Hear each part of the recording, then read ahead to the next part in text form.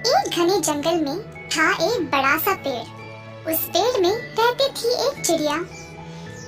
चिड़िया सबकी मदद करती थी और पेड़ पर रहने वाले पक्षी सब उसको बहुत पसंद करते थे।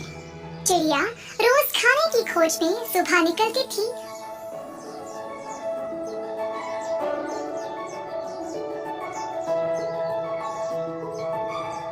और शाम को वापस पेड़ पे आती थी।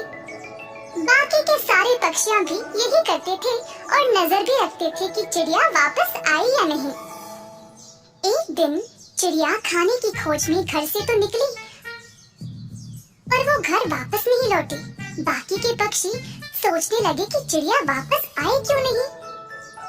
इसी दौरान एक दिन वहाँ पर आया एक खरगोश जो जंगल में नया नया आया हुआ था। वह रहने के लिए जगह ढूंढ रहा था जब उसने इस पेड़ को देखा। खरगोश पेड़ के अंदर बस गया। बाकी के पक्षी ने खरगोश को रोककर बोला, हे खरगोश, हमारी दोस्त चिड़िया यहाँ रहती है। वो खाने की खोज में गई है तो अभी वापस नहीं आई। बेहतर है कि तुम कोई और जगह ढूंढो। अब मैं इधर आ गया और इस पेड़ में चिड़िया तो है नहीं, तो अब ये मेरा घर हुआ। बाकी के पक्षी सोचने लगे कि चिड़िया के वापस लौटने के बाद इस खरगोश को तो यहाँ से निकलना ही पड़ेगा। फिर वे वहाँ से चले गए।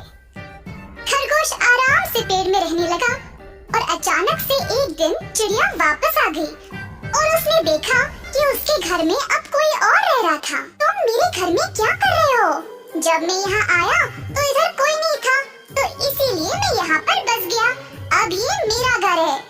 मैं तो खाने की खोज में बाहर गई थी और अब तुमने यहाँ कब्जा कर लिया और बोल रहे हो कि ये तुम्हारा घर है। अगर तुम्हें कोई सबूत चाहिए तो तुम बाकी के पक्षियों को पूछ सकते हो कि ये मेरा घर है या नहीं।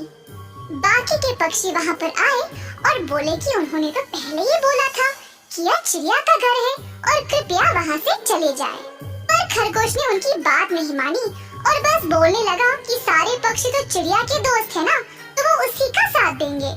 तुम्हारे दोस्तों के अलावा हमें किसी और को इस बारे में बताना चाहिए ताकि वह इस बात का फैसला कर सके।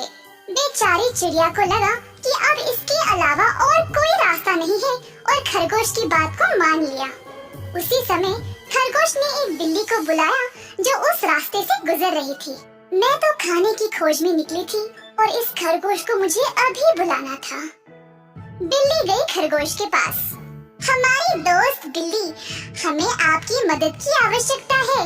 कृपया आप इस समस्या को हल कर दे। मुझे तो लगा कि आज मुझे खाने को कुछ नहीं मिलेगा, पर इस खरगोश ने तो मुझे खुद पास बुलाया है।